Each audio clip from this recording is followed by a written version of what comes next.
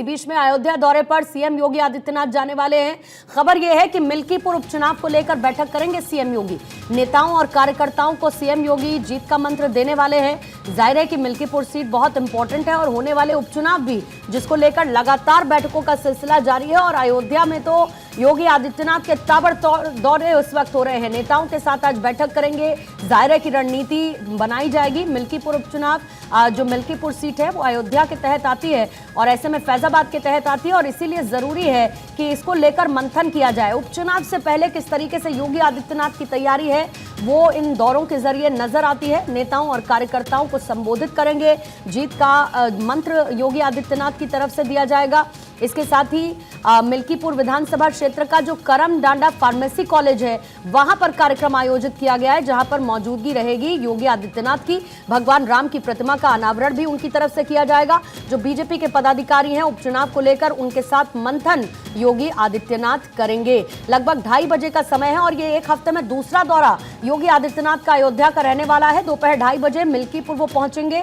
मिल्कीपुर में करम डांडा pharmacy college के कार्यक्रम में शामिल होंगे। छात्र छात्राओं को वो संबोधित करेंगे और उसके बाद फैजाबाद लोकसभा सीट से, क्योंकि अवधेश प्रसाद जीते थे समाजवादी पार्टी के, मिल्कीपुर विधानसभा सीट पर उपचुनाव होना है और उस मिल्कीपुर उपचुनाव को लेकर स्ट्रैटेजाइज लगातार योगी आदित्यनाथ कर रहे हैं, जिसके लिए अयोध्या में उनके दौरों का यह सिलसिला लगातार जारी है। और इस हफ्ते में दूसरी बार योगी आदित्यनाथ पहुंचे हैं अयोध्या दौरे पर। बीजेपी नेताओं पदाधिकारियों के साथ उपचुनाव को लेकर मंथन भी योगी आदित्यनाथ की तरफ से किया जाएगा अपने इस दौरे के दौरान। दोपहर 2:30 बजे का वक्त है उनके मिल्कीपुर पहुंचने का, जैसी जानकारी है। लेकिन एक्शन में सीएम योगी उपचुनाव से ठीक पहले मिल्कीपुर उपचुनाव को लेकर करेंगे बैठक।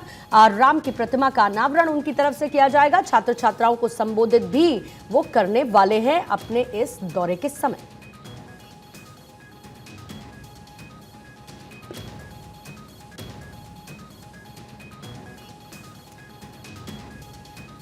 अयोध्या दौरे पर जाने की तैयारी सीएम योगी कर चुके हैं। मिल्कीपुर उपचुनाव को लेकर बैठक करेंगे। नेताओं कार्यकर्ताओं को जीत का मंत्र देंगे। भगवान राम की प्रतिमा का अनावरण करेंगे।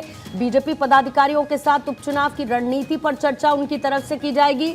एक बार फिर योगी आदित्यनाथ आज रहने वाले हैं अयोध्या और इसके साथ ही फार्मेसी कॉलेज, जो कि मिल्कीपुर विधानसभा क्षेत्र के तहत आता है, करम डांडा फार्मेसी कॉलेज, वहां पर छात्र छात्राओं को संबोधित भी करने वाले हैं प्रधानमंत्री मोदी।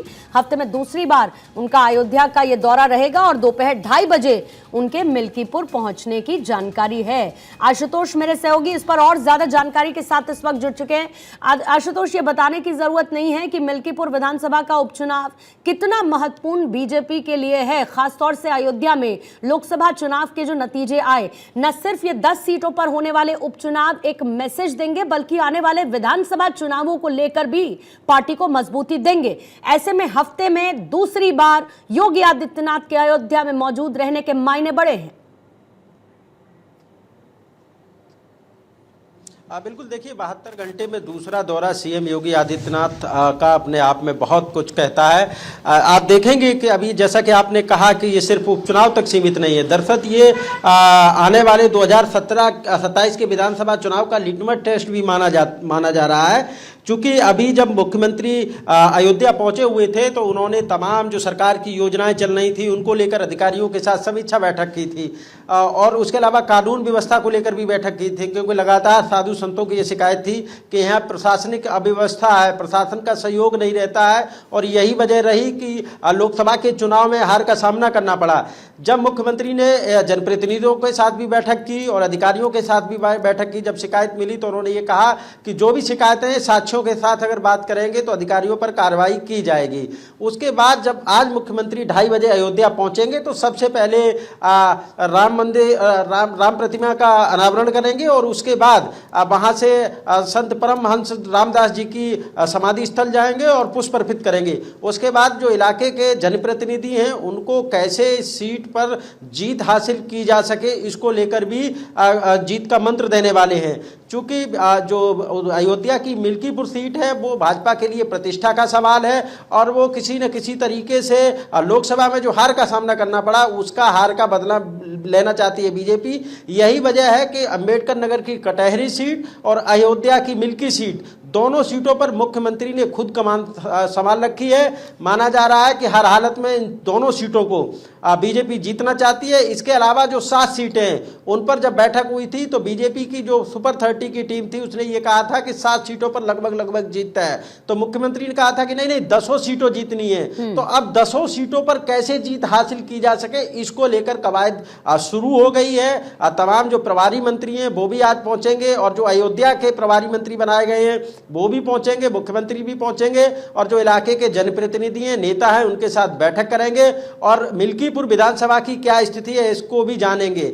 बदरसा कांड जो कि आपने देखा होगा, जो युवती के साथ बलात्कार की जो चर्चा रही उसको लेकर भी सपा को घेरने की तैयारी कर रही है बीजेपी। चूंकि अखिलेश यादव ने जिस तरीके से आरोपियों की डीएनए टेस्ट की बात की थी तो उसके बाद ये माना जा रहा है कि कहीं ना कहीं अखिलेश यादव, बीजेपी ने भी हमला किया था और खुद अखिलेश यादव के जो पार्टी के विधायक हैं अभय सिंह, उन्होंने भी अखिलेश यादव पर निशाना साधा था और ये कहा था कि जो महिलाओं के लिए डीएनए टेस्ट की बात करते हैं वो महिलाओं के पक्ष में कैसे हो सकते हैं, वो महिला सुरक्षा की कैसे बात कर सकते हैं। तो इस बात को लेकर भी बीजेपी अब कहीं ना कहीं सपा को घेरने का काम करेगी और मुख्यमंत्री आज बहुत अहम बैठक करने वाले हैं, तमाम नेताओं के साथ बैठक करेंगे और जीत का मंत्र भी देंगे। बिल्कुल, और खासतौर पर समाजवादी पार्टी, क्योंकि जब अयोध्या सीट की बात होती है तो ऐसे में समाजवादी पार्टी वैसे भी उस सीट पर मिली हुई जीत को अपने सर का ताज बनाए हुए लेकर चल रही है और जब योगी आदित्यनाथ अयोध्या में मौजूद हैं तो समाजवादी पार्टी राजनीतिक तौर पर तो हमला बोलेगी और बीजेपी भी उसका पलटवार करेगी। लेकिन जल्दी से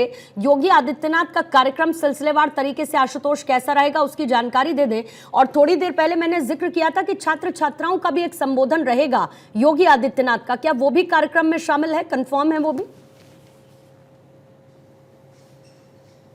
बिल्कुल, वो भी कार्यक्रम कन्फर्म है, छात्र छात्राओं के साथ संबोधन रहेगा। उसके अलावा सबसे पहले डांडा आश्रम पहुंचेंगे और वहां राम मूर्ति का माल्यार्पण करेंगे और अनावरण करेंगे और उसके बाद वो वहां से सरयू घाट जाकर जो संत महर्षि रामदास जी हैं उनकी समाधि स्थल पर पुष्प अर्पित करेंगे और तत्पश्चात वो तमाम जो इलाके के नेता हैं, जनप्रतिनिधि हैं, उनके साथ बैठक करेंगे। और सबसे इस दौरे की सबसे अहम बात यही है, चूँकि किसी भी कीमत पर मिल्कीपुर सीट को जीतना ये बीजेपी ने अपना पूरा तैयार कर लिया है और वो किसी भी कीमत पर इस सीट पर हार का सामना नहीं करना चाहती है। ये लोकसभा में जो हार मिली, चूंकि अवधेश प्रसाद यहाँ से विधायक थे, उसके बाद वो सांसद बन गए तो ये सीट खाली हो गई।